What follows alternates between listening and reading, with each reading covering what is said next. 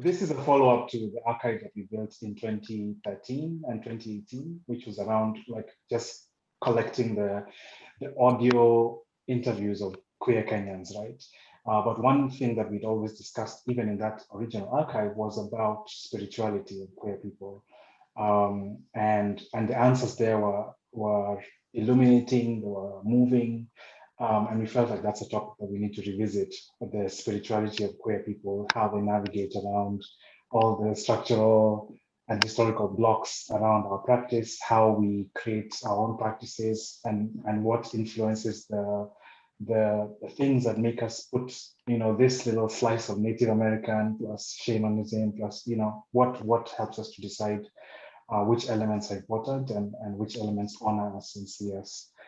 So yeah, it's just a conversation about your views. I remember at the wedding that I attended a couple of years ago, Philippa, you had such deep and beautiful things to say.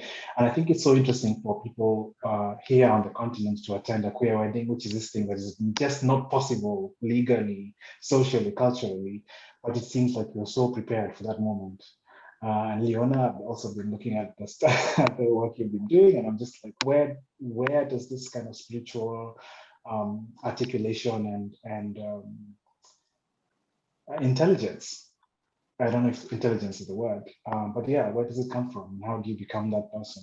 I'm not going to ask you what your first ritual was, but what I can ask is what it did for you, and maybe contrast that with your daily kind of, if you do have a daily ritual practice, how your first ritual versus your current kind of practice, what has been the trajectory in terms of what it does to you or for you and for others. And I can start. Yeah. My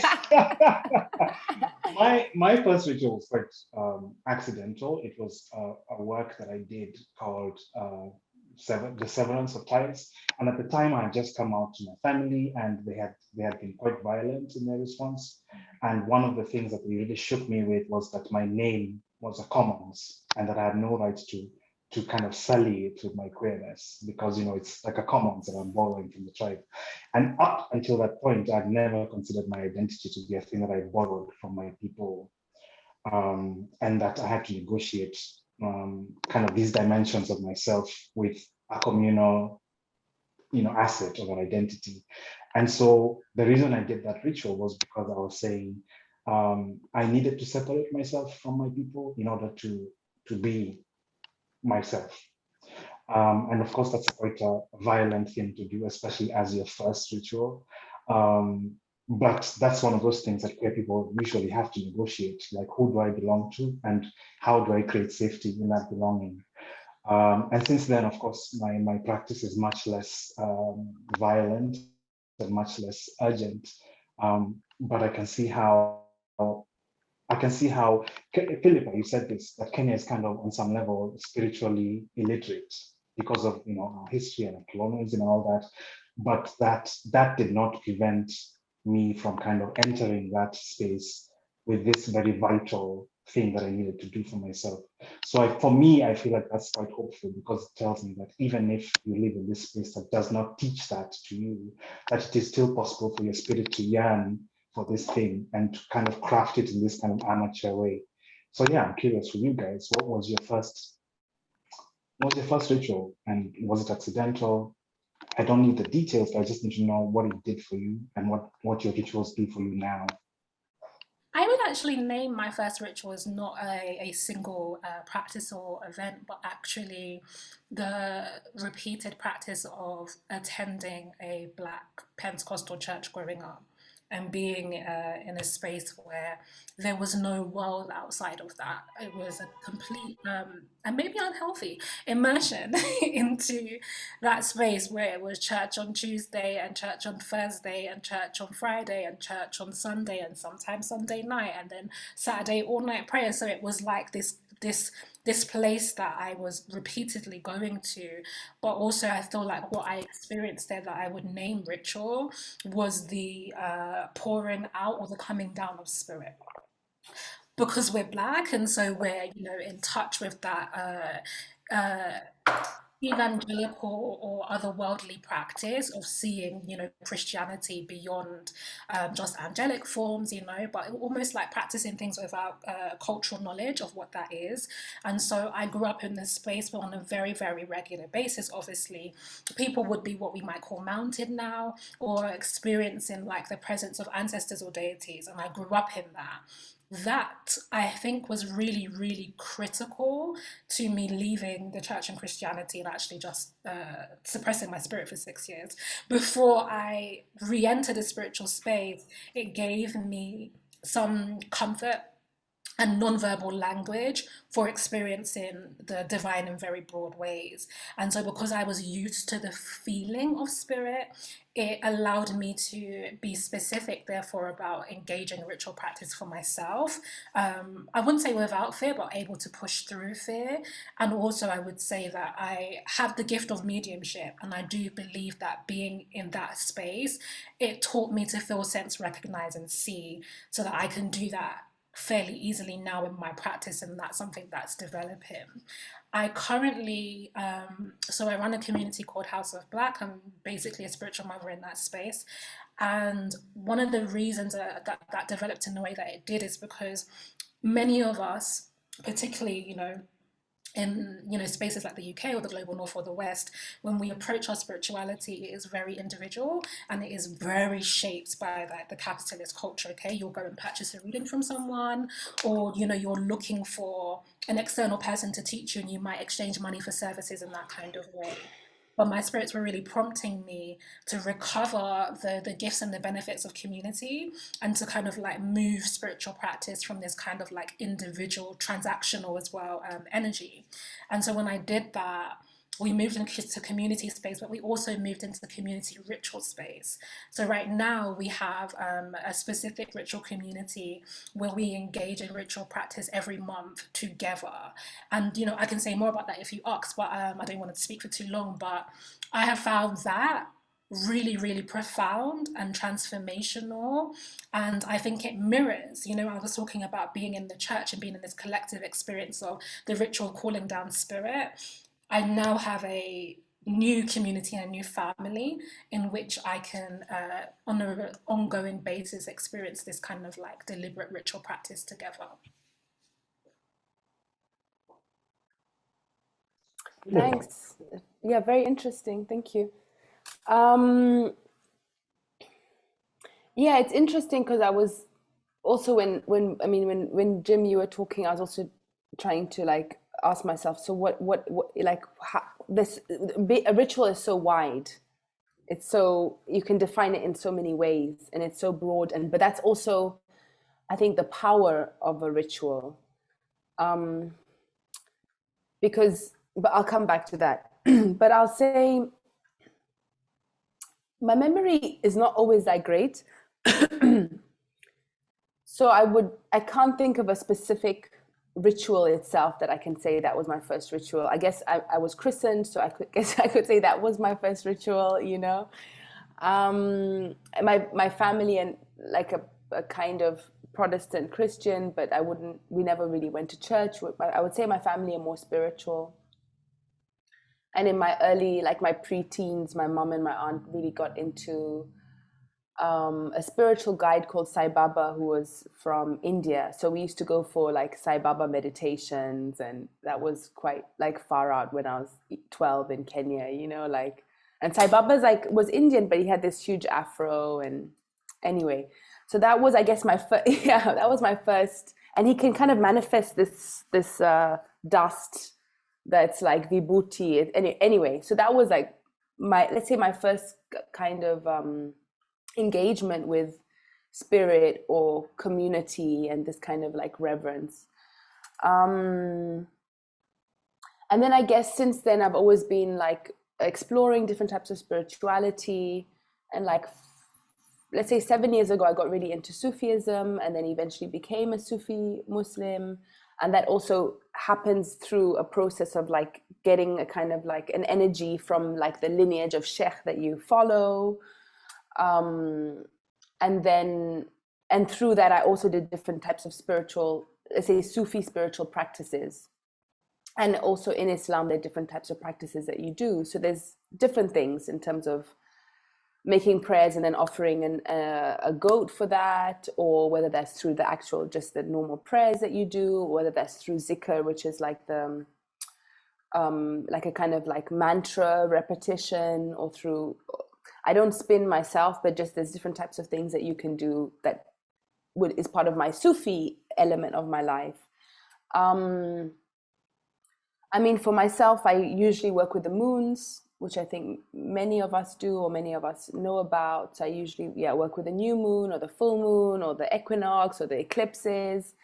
And on a daily, I usually, I pray, I sit with spirit. I'm also a medium, so I do mediumship. So I do mediumship in different ways.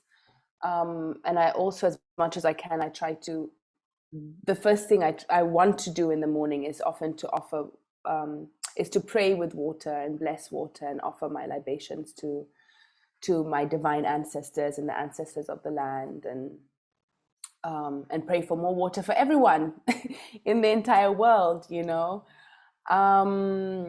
So, but the thing is anything, okay, a ritual, I believe, two things.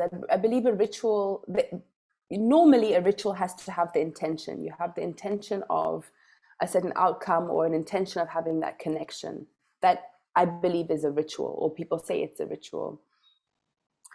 And there have been rituals that I've done in my past where people are like, where often other people are in charge of it, and they say, oh yeah, this does this, and then I feel nothing at all. Like I'm not feeling anything, you know. And other times that you don't even know you're engaging in a ritual, or you can be going about your day and you can be in so much like reverence for a tree or the sunlight, and suddenly you're feeling spirit so much. So I guess sometimes there is, I wonder about the energy in different rituals. But at the same time, I know when I was blessed to go to Egypt a few years ago, and I went to the Valley of the Kings, and later I realized how powerful that was for me. So I was excited before I went, and I was feeling it, went there, didn't feel anything, and then suddenly things started to not fall into place, but I just started to connect the dots.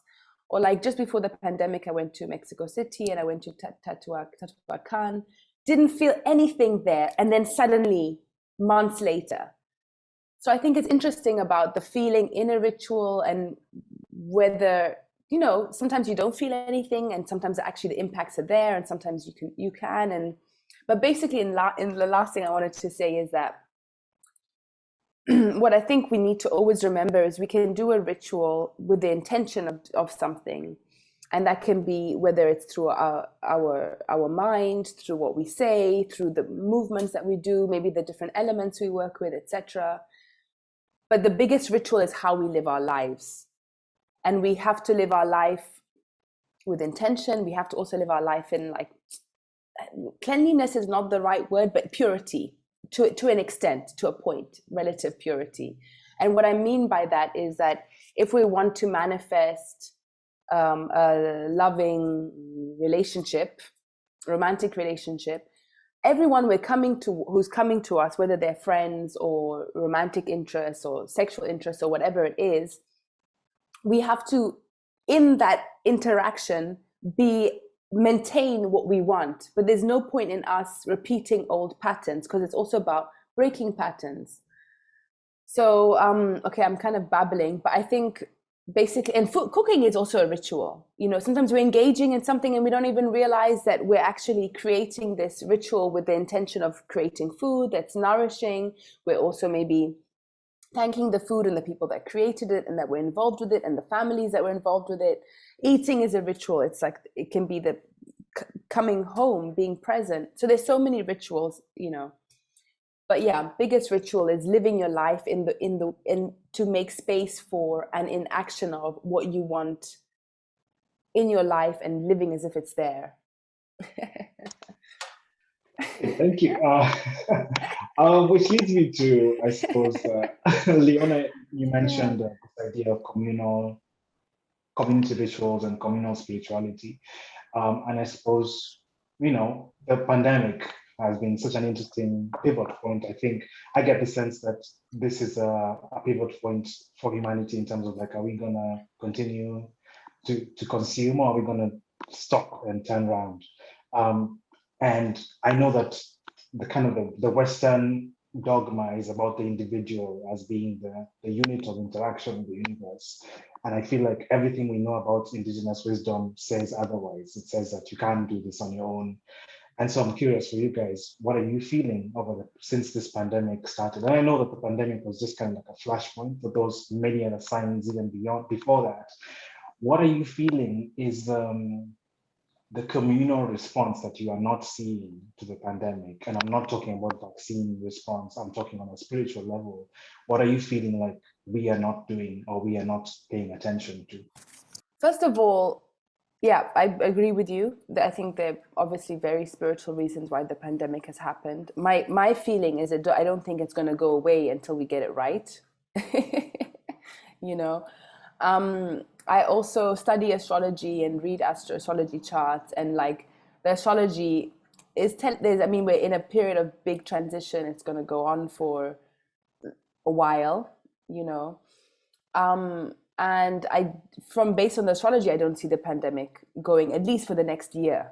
Like I see next year also, but I don't want to get into like forecasts, but and I think also we have to remember that we're in a state of we're traumatized, and as a result of our trauma, we're also having funny, because I think last year everyone was deep thinking, oh yeah, the earth, this is what I'm going to do, blah, blah, blah, blah, blah, come together, peace and love. And now also people like, I need to get on with my life because I've got bills to pay. And you're traumatized. You also can't engage too much emotionally with certain things. You can only do what you can manage in that day. So I think it's like there's quite a push and pull. But I also think, again, it's about rituals and how you're living in your life, because there were certain decisions that I made in last year in regard to how I wanted to live my life in service of the planet, and I actually haven't done that, because I'm like I could become more I could lower my carbon footprint. I mean, I try to have a very kind of small footprint, but there's much more I could do. I could stop having plastic in the house. I mean, but I haven't done it. That is also a ritual of working towards something. There are lots of things that we can go into. So I think on a more practical level, I do think there's a lot more that we need to implement. But also we can't put pressure on ourselves. Also in regard to community, you want to find the right community. It's really important, especially with spiritual work, to find people you resonate with and can trust, because it is a very vulnerable space. And you also need to cultivate your own spirituality so you know what's true for you, and you're not just taking on the cloak of what somebody else is telling you. So that's my immediate answer. Yeah. I think what we maybe haven't responded to enough or really seen is the grief and despair. I feel like there is a lot of heart heaviness, a lot of hopelessness, lots of grief, not just for those who have physically departed, but grief for life as it was. And then, cognitive dissonance and, a demand to reclaim an old life. But I think collectively, there is grief and anger about, what is coming up. One of the things that I divined and shared publicly is that I do believe the UK will go back into another lockdown.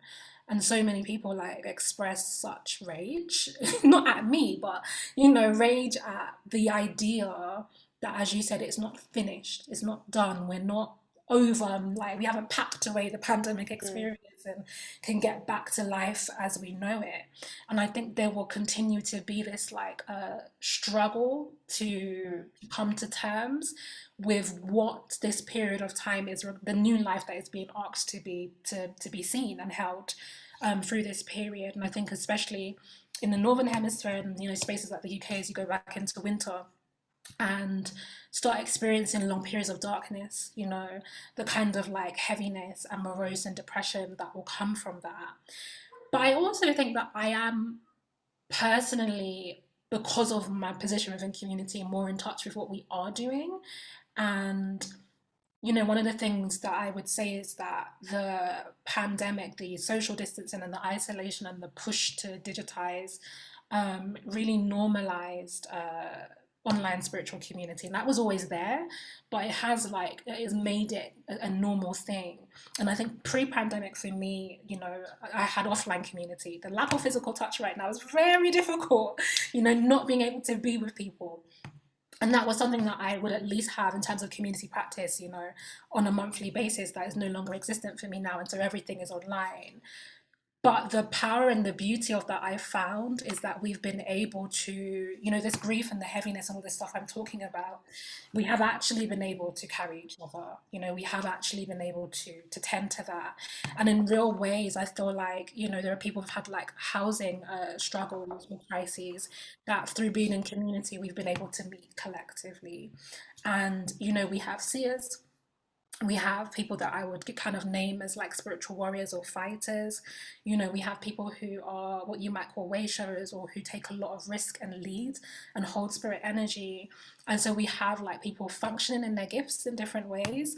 And so because of that, there's also the ability to, it's really interesting, even those of us who are dreamers, to dream for community rather than just for self, and to receive messages that relate to us as a collective rather than just what you should do tomorrow.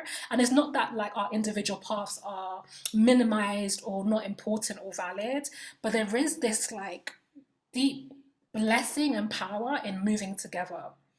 And, you know, as a result of that, there was a period of time where there was just so much financial blockage and difficulty that was like being experienced like collectively. And we were able to recognize, you know, the opposition and also come together in ritual practice to kind of push back against that energy. And, you know, I'll share one of the things that we did together. In my community, we have a collective altar. So we have our personal altars, but we have one that represents our altar for each other. And so we all have the same things on that, and we all, you know, we remember each other. And one of the things that we put on there was like grains or rice, you know, because it was this idea that rice goes a really long way, and that, you know, you can feed big communities with rice. Rice can be very abundant. And, you know, someone specifically shared the practice of enslaved people like tying like rice or braiding rice into their hair on long journeys. And we recognized that we were going on a long journey spiritually. And so some of us just had like raw grain, some of us cooked. You know, it was this idea that when we do this, it's not just that we're asking for provision for ourselves, but it was this collective provision.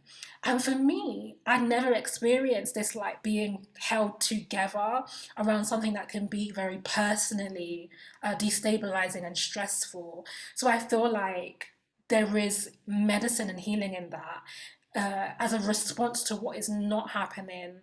Maybe where we can't look for help and support, we really can and do have each other, I believe. Oof, Very interesting. Thank you. Yeah. yeah, the thing that both of you are doing that's really interesting is this kind of like not letting the spiritual distract you from the practical in different ways.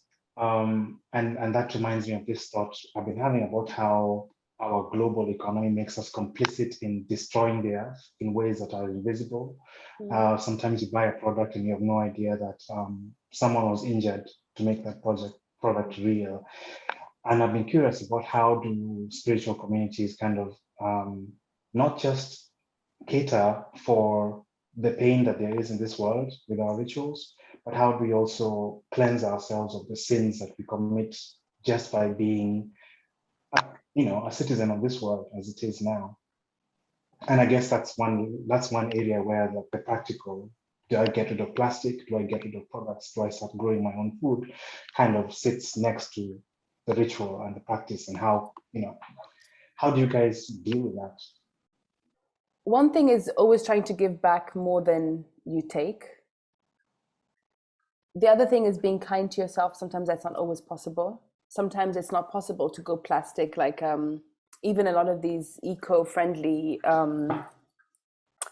cleaning products, they're way more expensive than normal products. So it also means that people who don't have the financial capability, sometimes all this, eco stuff is such a, I don't know what to use as the right words, but you have to be very privileged to be able to do that, which is the biggest BS. And again, it goes back to the capitalist system. No, it's just BS, because you want to be, you want to support, but you're not able to, because you're like, it's easier to buy this detergent for this amount, God knows my budget, Yeah. So, so in that way, I think it's also being kind to yourself and knowing that God, Spirit, Goddess knows what you're working with and you're doing your best. And then the other thing is also to always pray and ask Spirit, how can I be of service? How can I be of service to others? How can I be of service to this world? How can I be of service to children? Show me the next step. Show me what I can do. And whether that's as an individual and whether that's as a community, always praying and sending light and love to everyone else and to the planet or certain people or certain lands or whatever it is, but also even if it's not in the physical action, but just also channeling that energy in that way. So in a way, where we're at is where we're at, and we do our best. Yeah. Completely agree with you. This might seem like a very naive and silly story, but I'm going to give it anyway, because as someone, who's grown up in the UK with a lot of access to very much, I do my best to, be a good steward of what I've been given, for sure. When I was in Cape Town, it's going to sound silly, but I left a room and literally my spirit prompted me go back and turn that light off. And I was like, oh, of course, and I did.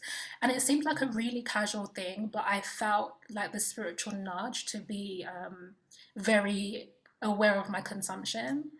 And then maybe a couple of weeks later, I experienced load shedding for the first time in my life.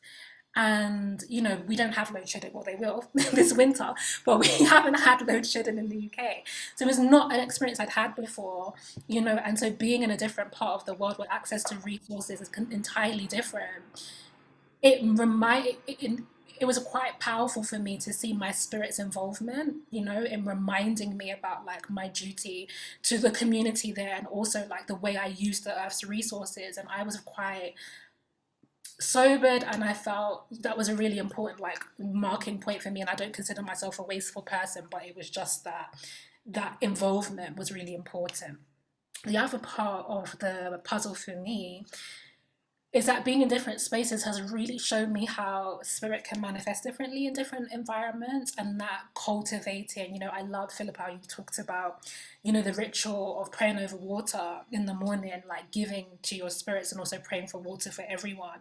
And I think that there is maybe a lost practice, or there is power in literally tending to the earth itself and to the spirits of the earth.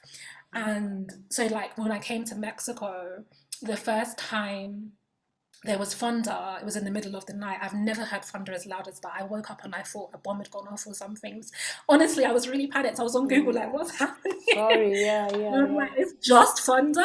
Like the thunder, the lightning, the rain. There is something about the way that spirit sits heavy in Mexico that you literally can like feel in the weather systems. You feel the spiritual energy, and for me that gives like a closeness and a proximity and an ability to engage and pray to, that I think is really powerful. I also experienced my first ever earthquake here. It was very terrifying. But also even that was, and the sense of community here I'm deeply grateful for, because that really held me through that experience. But even recognizing the earth as alive, and it made me think about the deep anxiety or even trauma that people like, for example, in Haiti will be living through when you live in spaces where that is a regular occurrence, where your life is being kind of disrupted. So for me, thinking about almost the consequences of capitalism and how we respond to that, in terms of daily practice, a lot of that for me is like tending to the spirits of the land, speaking to the spirits of the land, praying and giving. And like I said, I have really strong connections to water spirits. So for me, that's where I like to go and give. And, you know, I think there can be a balance and peace that can come from that. The more we broaden that practice and understand like our responsibility as like stewards of physical space. Thank you. I've got something to say, but based on what you've said, but very interesting. And it's funny how Mexico seems to like, it's almost like the earth, like the Pachamama, and then the Father Sky are like this. Yeah. So close. Yeah. And how you can feel the elements in a different way, and interesting. Yeah. What I wanted to say, based on some of the things that both of you have said, is that what's interesting about what you've said earlier, Leona, about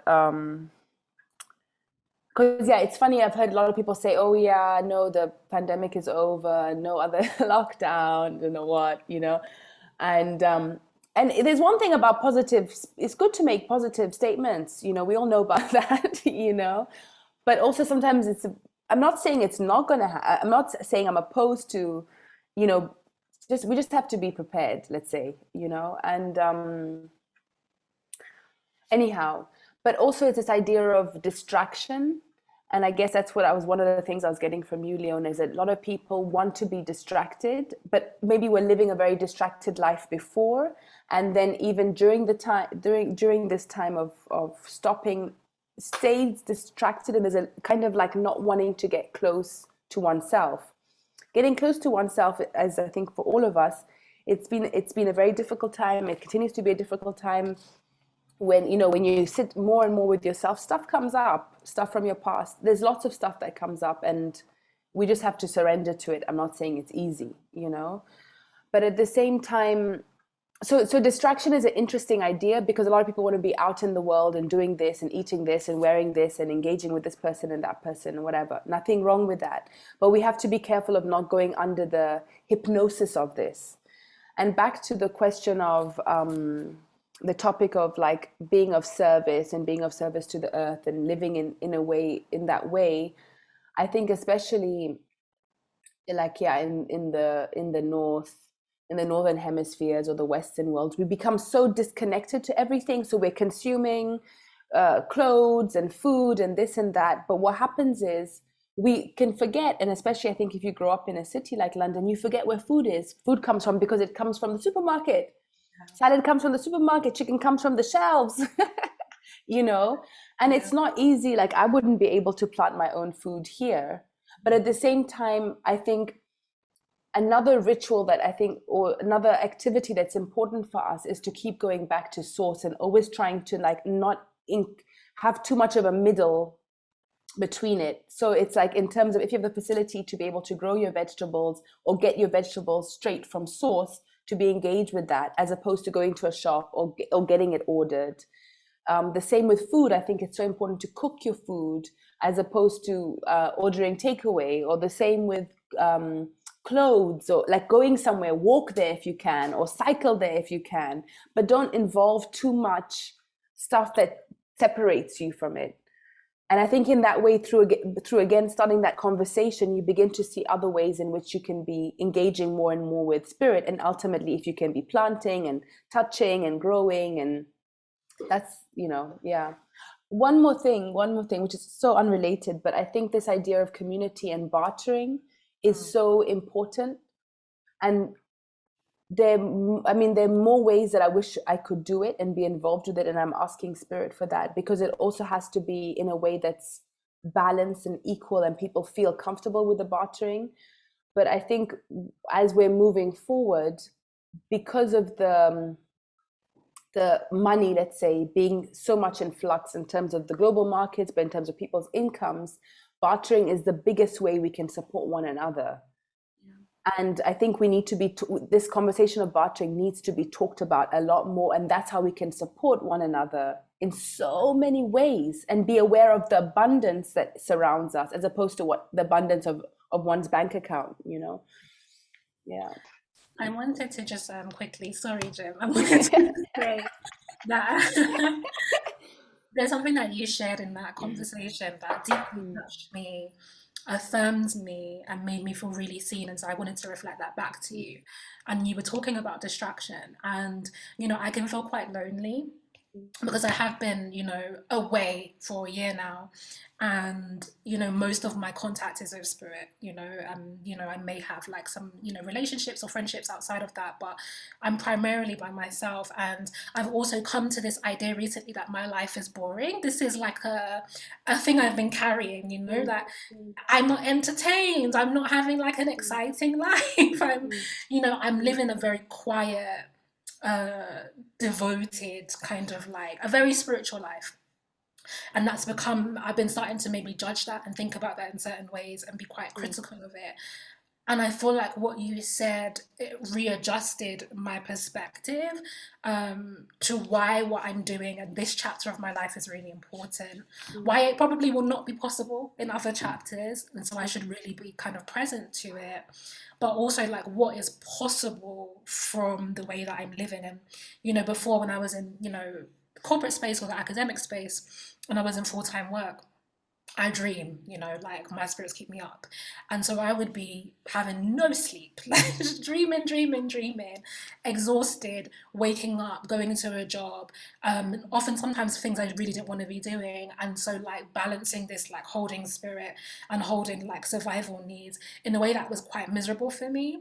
And I feel like where I'm at now, I have sometimes 15 dreams in a single night that are quite poignant, not just kind of like my mind processing, but like literal communication or communion that I'm easeful about, because it means that if I need to, I can sleep in the afternoon, or there's just such flexibility that I am able to give more because of the time, like time being, you talked about like not just the resources or the abundance in the bank account.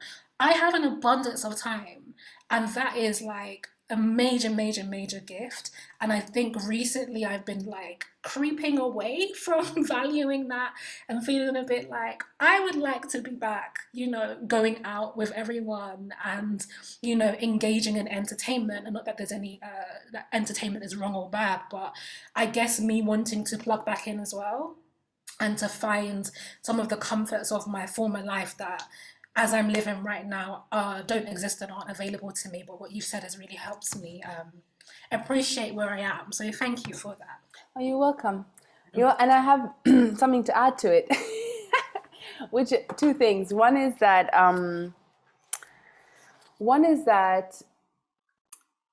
I understand what you mean. Three. One is that I'm an introvert, and I tend to be like sometimes adverse to socializing. But I found that sometimes when I choose my socializing well, it really energizes me, and it's so important to be involved in the world. So I do have that to say. But the other thing is that I think as I deepened my spiritual journey, sometimes my life, I'm like, holy moly, you hear your friends' lives, you see what's happening on Instagram. You're like, whoa, man, But in the same breath, I think what's interesting is that back to the distractions, sometimes one can feel their life is so boring, they look for the excitement, and then suddenly you end up in a pattern that is like a pattern that you've been doing all your life, or in some sort of like a dramatic situation where you've lost things, you're involved with somebody you don't want to see the next day, all this kind of stuff. All this kind of stuff that there's nothing wrong with it, but it becomes a drama, becomes entertainment, becomes exciting, but it's a distraction to pull yourself away from yourself. And sometimes not, but it's just important to be really cautious. And so you can have a very exciting life very easily. Let's just say that, Yeah. The other thing, so sometimes when it's quiet, you're being cautious, but the other thing is that sometimes I find that especially the last few months, I can go through periods where I say, I really need to connect even more to myself. I need to connect even more to spirit. I won't listen to music at all. Sometimes I'll put on music, sure, or listen to, different like songs, praising the Orishas, whatever, depending on what's calling me. But sometimes I won't listen to music for days. when I eat, I say, Philippa, you're not going to listen to anything. You're not going to read anything. You're not going to watch anything. You're just going to sit and eat.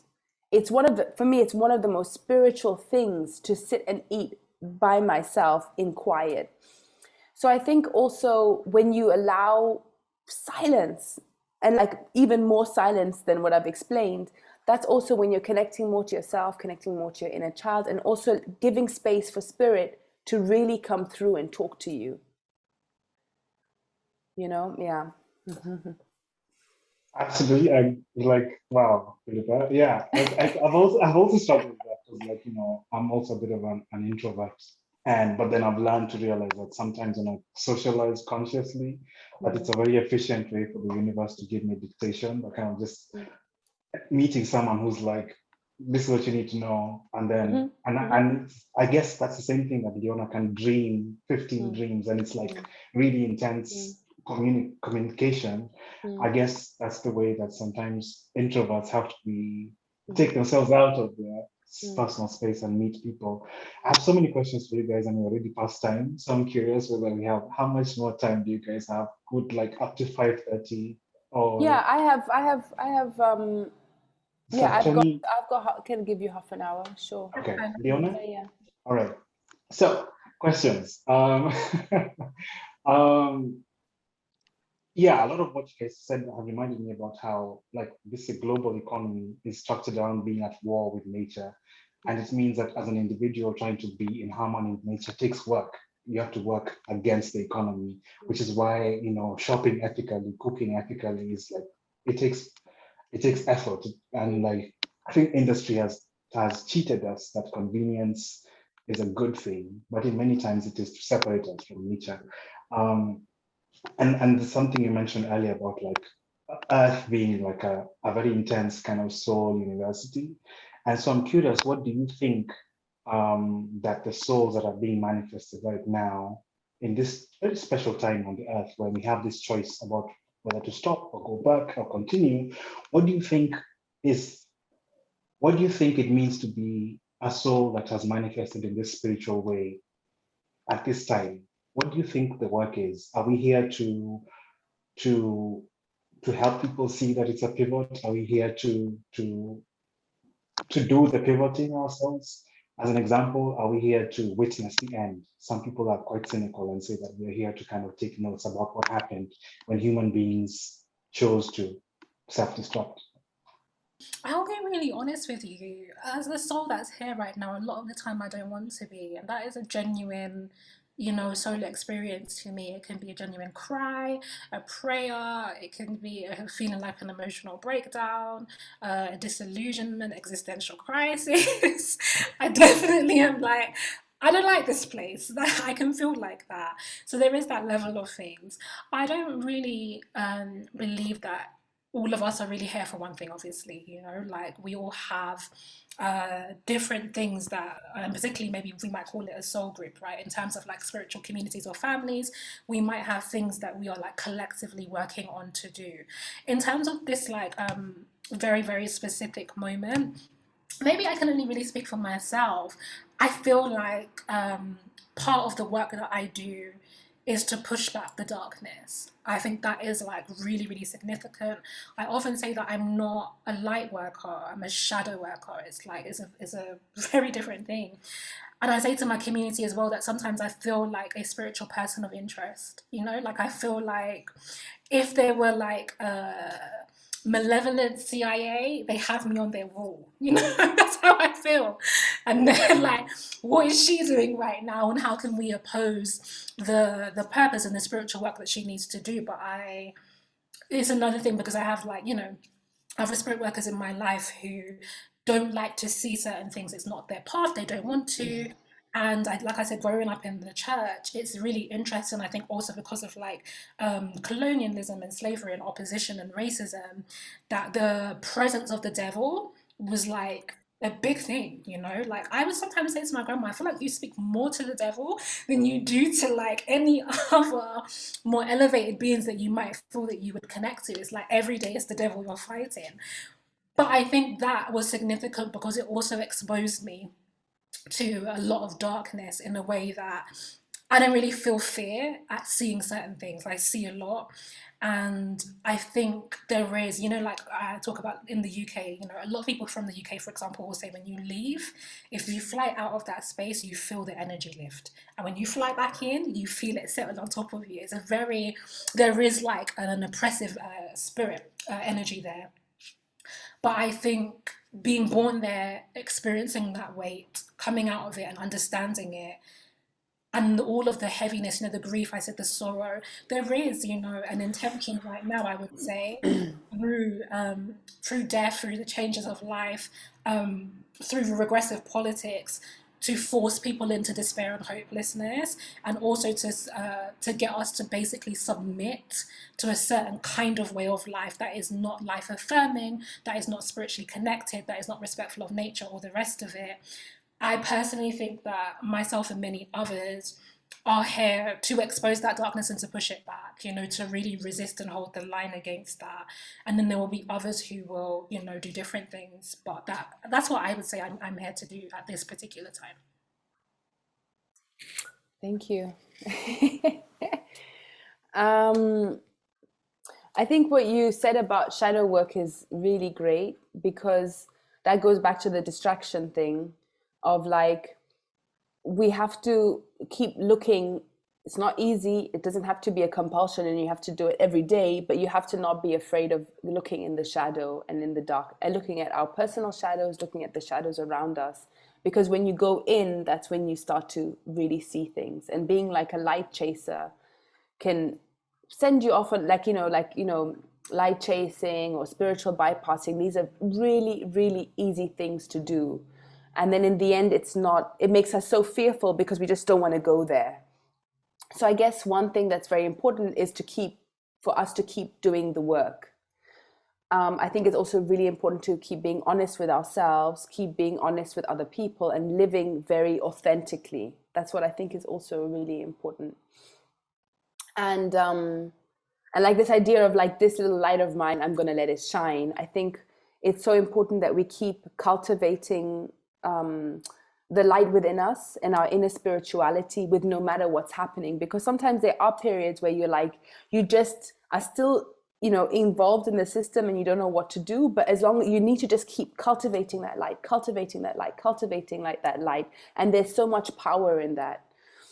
In reference to your question, Jim, I think one is that I was listening to something. There's some astrologers that I follow I think it was last week I was listening, and they said that, spiritual people, they always want to find a reason for everything. So like that, astrology, why is this happening? And I got 2 weeks ago, I got COVID. So I just 3 days, I've just left the apartment now. For the first time, COVID got me, let's say. And my astrology mentor, I think by the second day, was like, I think I know why you got it.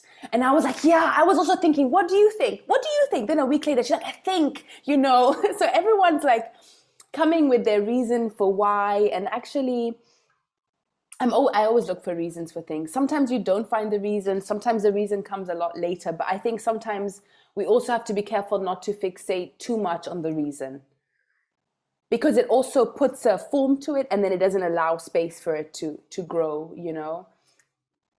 Our human mind kind of like, but still, I mean, I always, sometimes in the moments that are overwhelming for me, I think, yeah, why did I incarnate now?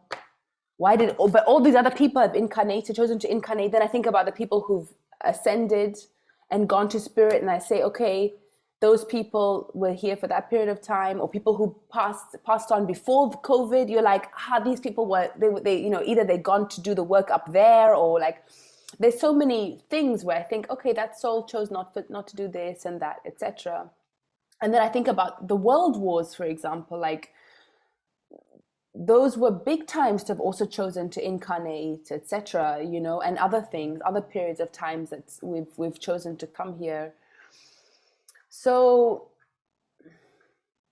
I mean, like astrologically, we're going through a period also of asking ourselves, who are we? Like, who am I here? what purpose do I have here? And feeling like you actually don't have a purpose, you're not valued. That's like our Chiron in Aries, let's say. And then we're also moving through this really big, like, Pluto in Capricorn is like leaving. It's like leaving Capricorn, and it's like going to affect the US a lot, or it already has started. And I think maybe some of you know about all of this. But basically, Pluto in Capricorn is all about the system and the order and capitalism and being in it. And like, also like, who am I if I have nothing? What is my place in this system? How can this, and the system keeps wanting to be torn down, but the system keeps fighting. So it's also about that. And then we're also we have more planets moving into Aquarius, which is like us as a community being linked together and working towards humanity and having following your far out progressive ideas and creating more equality and more like less of a male female, but more of like a mixing of that. But then at the same time, that also has the other things which can have to do with artificial intelligence and control of the internet and all of these many things. So there are all these pros and cons, and these are things that you are aware of, I'm sure. But I guess what's so important, I think, is going back to that, cultivating your inner spirituality, whether that's like, whether you can just manage 1 minute a day or 1 hour a day or whatever it is, or like once a month, is and connecting, trying to always stay as possibly connected to spirit, or checking in with yourself as much as you can, because we have to keep looking in between the lines, because again, we're humans, and sometimes you feel so overwhelmed and you're trying to like feel your light, and you're like, I don't feel the light, I don't know, I just feel worthless, or whatever it is. But we have to like try and not see, we have to always read in between the lines, not seeing the black and the white, but just seeing the unseen and staying with the unseen and believing in the unseen and believing in the fact that other people around us are experiencing this, and we need to be connected with them in some way, yeah. Oof, I guess last question, right? Even though I'll say that it's so interesting the two of you guys like have like you connect. It's just really interesting. So the thing you're saying, Philippa, about like this expediency, about like what does this mean? Tell me what this moment means. I think it sits so interestingly alongside Leona's thought about shadow work, because there are these narratives we have in the world about the darkness is a thing that you should fear. But I feel like that means that a lot of work isn't being done in the dark, because there's this kind of people just kind of stay away from that place, even though there's so much work that can be done in the dark. So in closing, I think a lot of you spoke in the beginning about like how your spiritual practice seems to be at odds with the community that you're in sometimes, especially like here in Kenya, or if let's say you are in a kind of a very dry part of Cape Town spiritually, because there's some, like Cape Town is weird, it has like very rich spots and very dry spots. And for me, I consider that to be a kind of queerness. And I know that the world thinks about queerness particularly only within that sexual lens. But I feel like this freedom that we give ourselves to worship how we want to, and to have other ways of being that include things like spiritual productivity, which is like, Leona, it seems like you're in a place where you're quite spiritually productive. And like you might not be economically productive. And the world kind of says that that's the most important thing to be, but that's not true. So queerness. Do you think that, and it's because Philippa said that we are moving towards Aquarius in many ways, and Aquarius is this place where, progressiveness and queerness can kind of sit together. Do you feel like the world is becoming more open to all these kinds of queernesses as a kind of precursor to moving into a new place? Or do you feel like the pushback against queerness in all its forms is significant enough to prevent that move? Because, for instance, for me, queerness is like so much about the sex. I mean, in the way that people understand queerness, the people think that I'm rebelling only on that sexual level, but I'm like, no, ever since I was a kid, I was queer even in the way that my imagination worked. And I get the feeling that it's kind of been the same for you in different ways. Why? And when did we lose our appreciation for everything that is not binary as humans?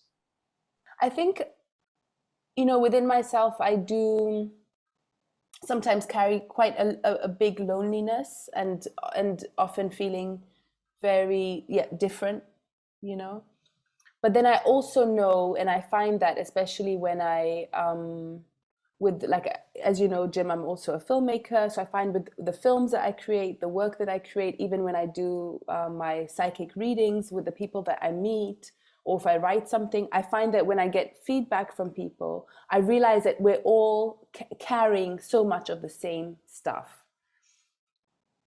And we feel so very much the same. And that's also why I make film. That's why I do readings and do all sorts of other things, is to find ways for us to connect so that we can not feel alone and we realize that we're brothers and sisters.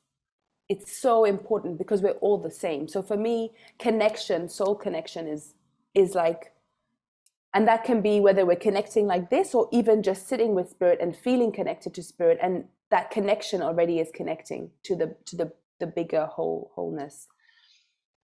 So I guess what I wanted to say is that the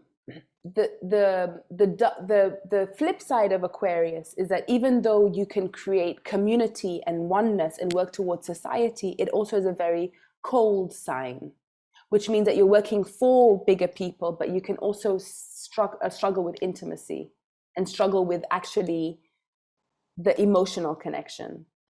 So I guess part of my answer is about community and connecting through community, but making sure we have that soul connection and have that warmth.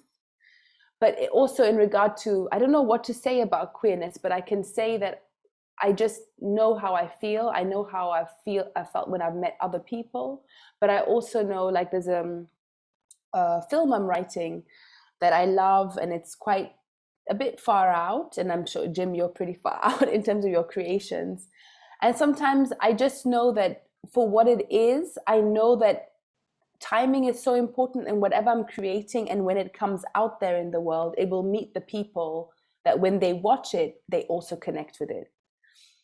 So I guess in regard to queerness, it goes back to the light that you have, and connecting to yourself and allowing your unique self to speak and to be, and just staying as unique as possible, even if the world is telling you, is hitting back and saying that's not who you are, you're not this, you're not this, you're not this. You just have to really be true to yourself, as authentic. And that also inspires other ambassadors around the world who you don't see, who are working in that same way. Leona, I mean, I didn't really answer the question, but those were just my thoughts, Yeah. Thank you for sharing them with us. I find it really challenging, and maybe it's a question I've even stopped asking or engaging with, trying to assess or analyze the world's readiness to accept or embrace or open to something, because I think the pattern, when we kind of look at it historically, is that ultimately there's almost like a cannibalizing process where something is expanded and then co-opted, expanded and co-opted. And so my background is academia, Black studies, diasporic studies, and I ultimately left because there was something that political theory and ideology was not doing, and I spent a lot of time looking at the world and trying to understand our condition as people and what liberation and justice would be for us. And that is all I cared about, that is almost something that was on my soul from childhood. And I spent my life seeking those answers. And then I decided that they weren't where I was looking.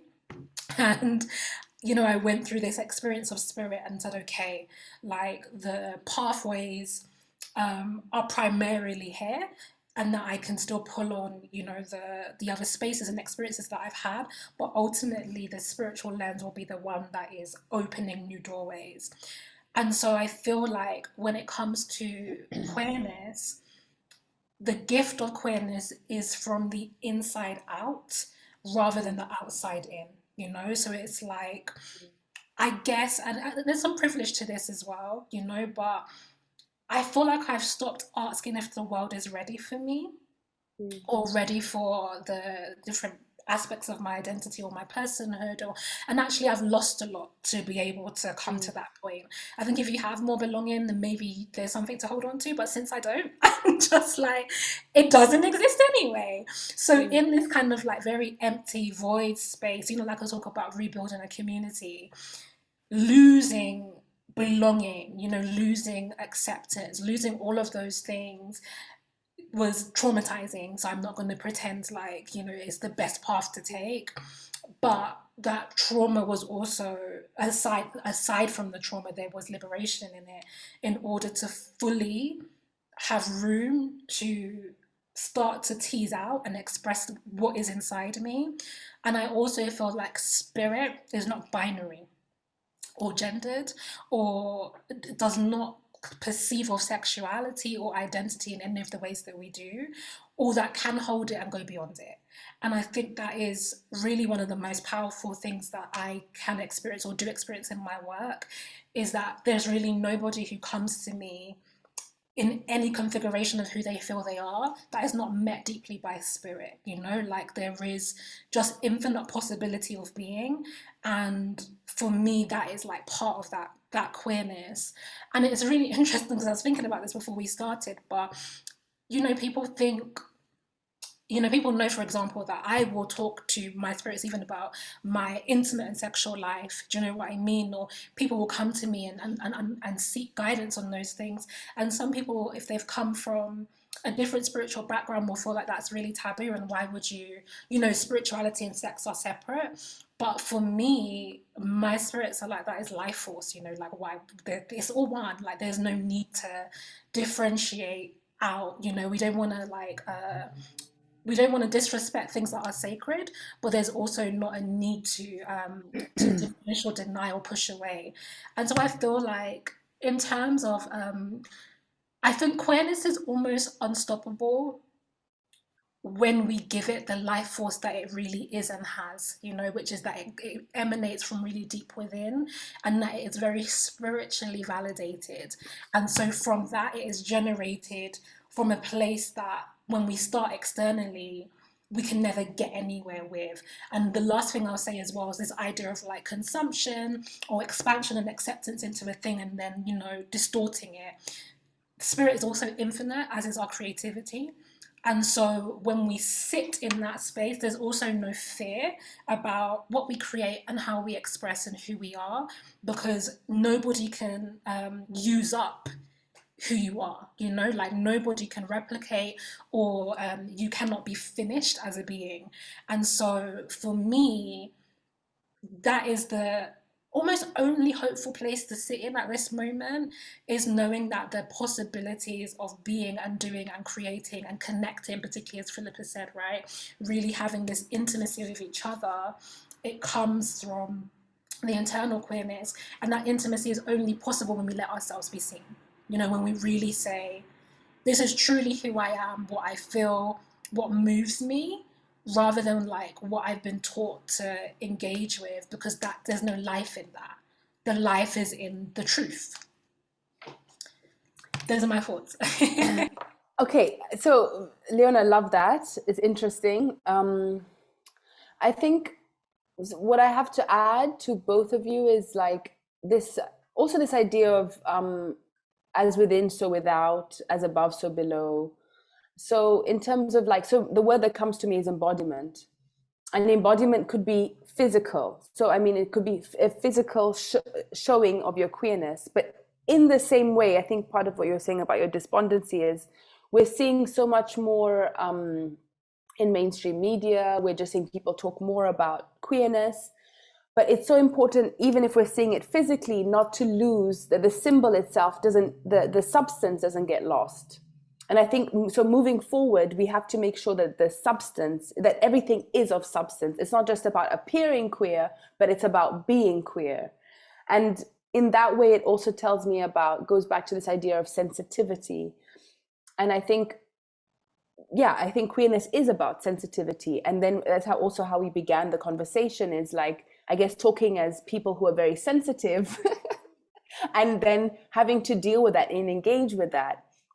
And I know, like, my sleep life is also sometimes very busy, and sometimes I also feel very not desensitized, but sometimes like, hey man, where did you take me? I was trying to like have a, you know what I mean? So like outside, inside, it's busy, you feel like you've been shopping all day, you've been, so the sensitivity is something you have to negotiate sometimes on a, like, so often and in different dimensions, and that can of course be tiring. But coming back to the sensitivity, I think, and I guess part of why I'm here in the UK and and getting used to being around people is this idea of being a sensitive person, being an intuitive person, but having to engage with the world and not so much put an armor, but we could say put a veil.